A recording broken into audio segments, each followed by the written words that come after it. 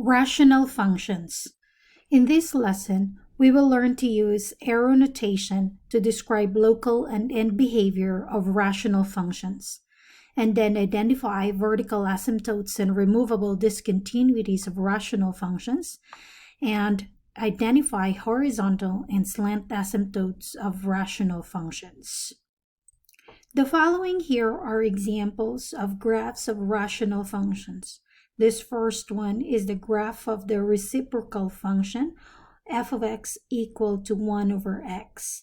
And the graph here is the graph of the squared reciprocal function 1 over x squared. Notice on the first function here, as x approaches 0 from the right, your y function values or the values of y approaches to positive infinity. And as x approaches to positive infinity, your y values will go closer and closer to the x-axis. That is, the y values goes closer to 0.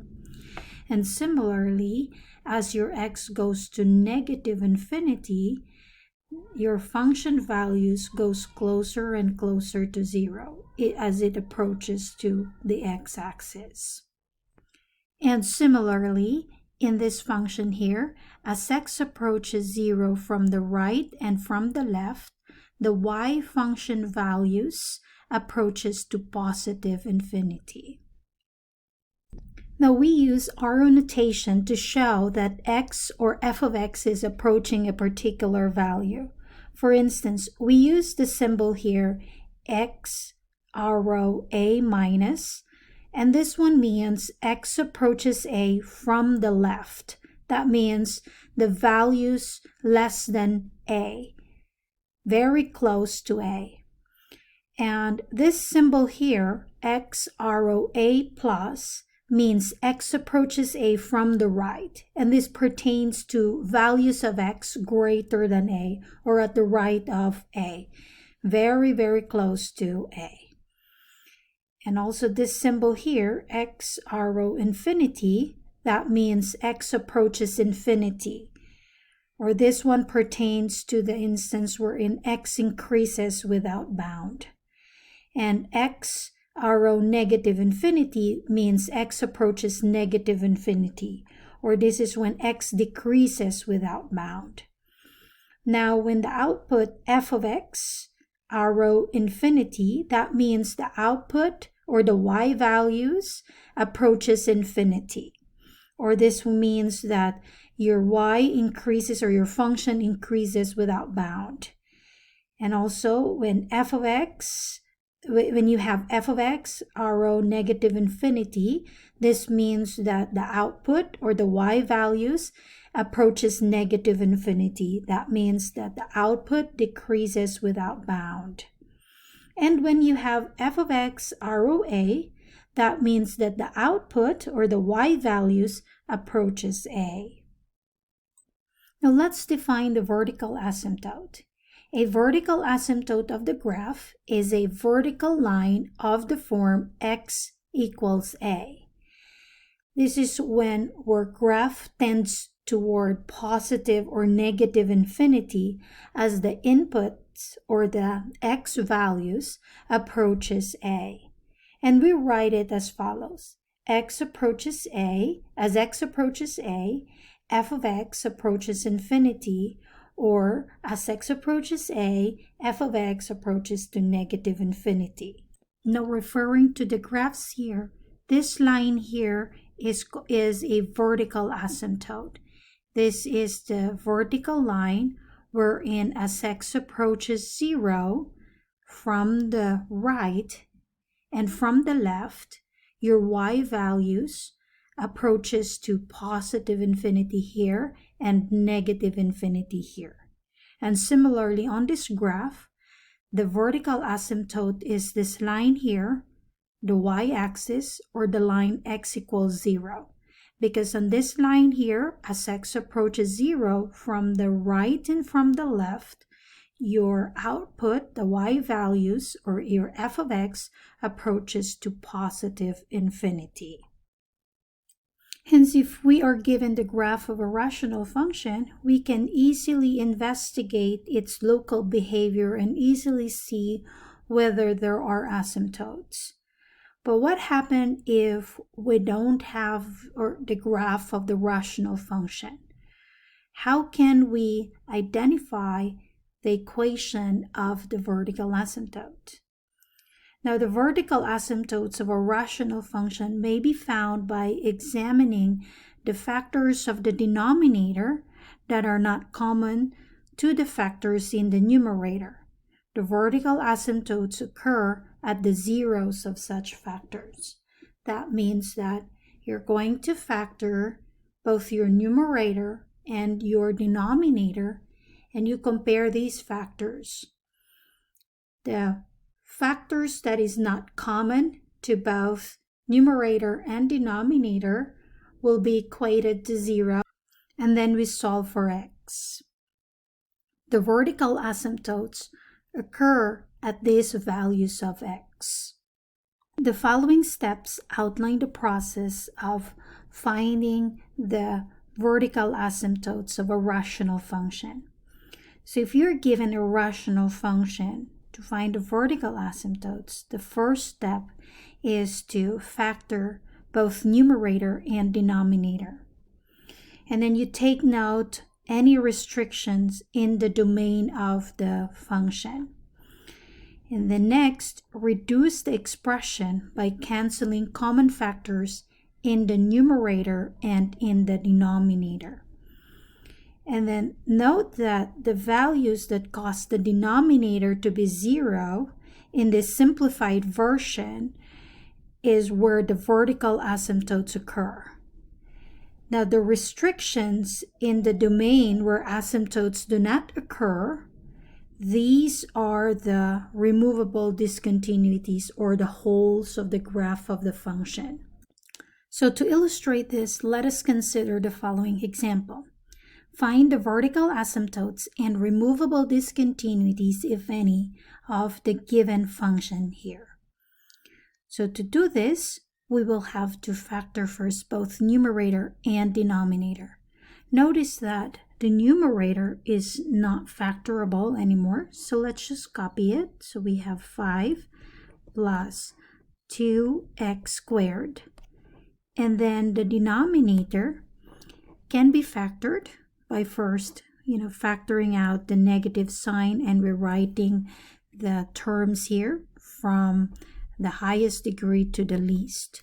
So we have x squared plus x minus 2.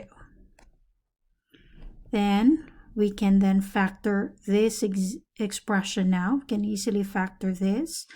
The factors are, so you copy the negative sign, then you have x plus 2 times x minus 1. So this is on factoring quadratic. And then copy the numerator. We have 5 plus 2x squared. So the numerator is not factorable. So now that we've written both numerator and denominator in its factored form, we will then compare both numerator and denominator to see if there are common factors. Notice that there are no common factors for both numerator and denominator. So then the next step is to equate the factors in the denominator equal to 0. So we have x plus 2 equal to 0, and then x minus 1 is equal to 0, and then we solve for x. So you have x equals negative 2, and then x equals 1. Both of these equations are at vertical asymptotes.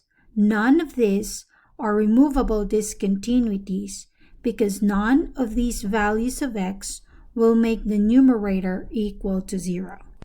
So that is also another way of checking whether your zeros in the denominator are vertical asymptotes or removable discontinuities. So what you can do alternatively is to just factor your denominator and then equate each factor to 0, and then check if these factors will also make your numerator equal to 0. If one of these or all of this will make your numerator equal to 0, then all or those values of x are removable discontinuities. So only the values of x that will make the denominator equal to 0 but not the numerator are the vertical asymptotes. Another example, find the vertical asymptotes and removable discontinuities if any of the following function here. So to proceed, we will factor both numerator and denominator. X minus 5 times x plus 5 are the factors of x squared minus 25. And then our denominator will factor first x. We have x as a common factor. Then we'll have the quadratic x squared minus 6x plus 5. And so by factoring this completely, the denominator is now x times x minus 5 times x minus 1. X minus 5 times x minus 1 are the factors of the quadratic expression here. Then you just copy the numerator. So you have x minus 5 times x plus 5. Now notice that x minus 5 are common, or x minus 5 is a common factor to both numerator and denominator. This then implies that at this value of x, so if you equate x minus 5 to 0, at x equals 5, we have a hole in our graph. So this is not a vertical asymptote, but this is a removable discontinuity. A removable discontinuity or a hole on the graph. Now for other factors, such as x, equate that to 0 as well. And x minus 1, equate that to 0, and then you solve for x. So you have x equals 1. So at x equals 0 and at x equals 1, we have vertical asymptotes. Vertical asymptotes occur at the values of x for which the denominator is equal to 0, but the numerator is not. So another way of solving this also is just factoring out the denominator and then solving the values of x that will make your denominator equal to 0, and check whether the numerator will be 0 at these values of x. So for instance, when x is equal to 5, if you plug it into your numerator is equal to 0. Or even if you consider the original expression, when x is equal to 5, your numerator x squared minus 25 becomes 5 squared minus 25, and 5 squared is 25 also. 25 minus 25 is 0. So that means that this x equals 5 is not a vertical asymptote but a hole. And at x equals 0, if x is equal to 0, you have 0 squared minus 25, and that is not equal to 0. Similarly, when x is equal to 1, we have x squared minus 25. X is equal to 1, so you have 1 squared minus 25, and that gives us not equal to 0. That is equal to negative 24.